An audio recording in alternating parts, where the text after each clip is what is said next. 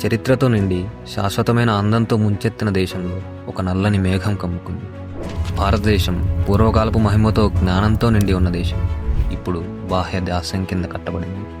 British సామ్రాజ్యం ఆమెపై తన నీరుగారిన నీడను వేసింది మరియు 2 శతాబ్దాల పాటు ఈ భూమి యొక్క ఆత్మ అణచబడి ఉండేది. ఆమె ప్రజల చేతుల రక్తం రసించారు, కానీ వారి ఆత్మ మాత్రం ఎన్నటికీ విడవలేదు. ఈ దేశం యొక్క ప్రతి మూల నుండి, కలకత్తా నగర వీధుల నుండి లేదా పంజాబ్ గ్రామాల నిశ్శబ్దం నుండి న్యాయంగా, గౌరవంగా, స్వతంత్రంగా జీవించాలన్న పిలుపు వినపడింది. ప్రతి హృదయంలో ఒక అగ్ని వెలిగింది. అది స్వాతంత్రం, ఆశ, ఒక కొత్త ఉదయం గురించి చెబుతోంది. ఒక ఉదయం, ఇది కేవలం హింసతో కాదు, ఒకటిగా ఒక పునర్నిర్మాణంతో అంగీకరించబడింది. ఇప్పుడు ఒక ఉద్యమం ప్రారంభమైంది. ఇది దేశాన్ని ఒకటిగా కూటమి చేస్తూ ద్రవ్య సమాజాన్ని దృఢంగా కంపిస్తోంది. గాంధీ యొక్క సత్యం, నెహ్రూ యొక్క దృష్టి, బోస్ యొక్క వీరత్వం, అనేక అలుపు చూపని వీరుల ధైర్యం సామ్రాజ్యాన్ని అంగీకరించకుండా కంపిస్తోంది. అలా సుదీర్ఘ పోరాటం, త్యాగం మరియు అసహన దుఃఖం తర్వాత క్షణం వచ్చింది. భారతదేశానికి మళ్ళీ స్వతంత్రం వచ్చింది.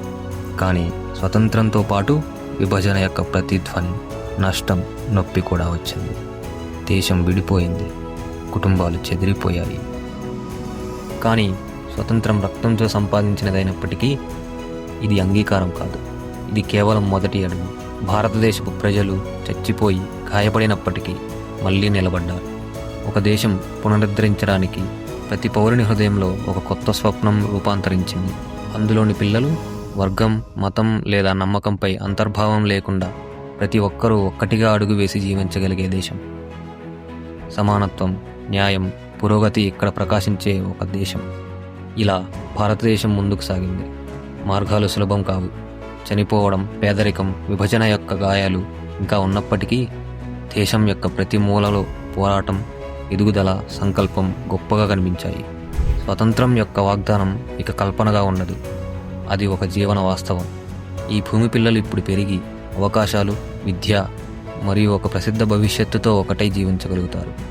భారతదేశం పోరాటం నుండి పుట్టిన ఒక దేశం ఇప్పుడు అనుబంధం మరియు ధైర్యంతో నిలబడింది. ముందు దారి ఇంకా పొడవుగా ఉంది, సవాళ్లు అనేకం. కానీ భారతదేశం యొక్క ఆత్మ, ఆమె శక్తి విడదీయలేనిది. ఎందుకంటే ప్రతి హృదయంలో ఐక్యమైన, సుసంపన్నమైన భారతదేశం యొక్క కళ నివసిస్తోంది.